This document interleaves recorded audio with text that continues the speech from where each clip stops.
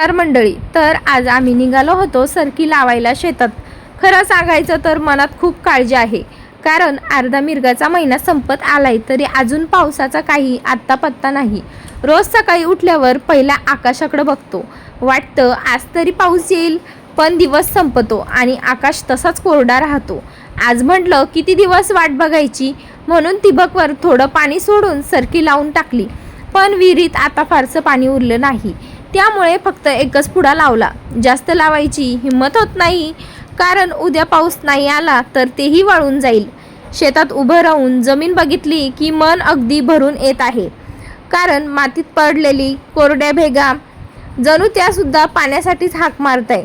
सगळ्या शेतकऱ्यांची एकच अवस्था झालेली आहे. कुणाच्याच चेहऱ्यावर आनंद दिसत नाही. सगळीकडं एकच प्रश्न आहे की यावर्षी पाऊस कधी येणार, आपल्या लेकरांचं कसं होणार. खरं सांगते, शेतकरी कधीच जास्त काही मागत नाही, त्याला फक्त वेळेवर पाऊस हवा असतो. कारण पाऊस पडला की त्याच्या घरात आनंद येतो आणि पाऊस नाही पडला की त्याच्या डोळ्यात पाणी येतं. आता देवाकडे एकच प्रार्थना आहे, देवा आता तरी पाऊस पाठव, या तहानलेल्या जमिनीला पाणी दे आणि आमच्या शेतकऱ्याच्या चेहऱ्यावरचं हरवलेलं हसू परत आण.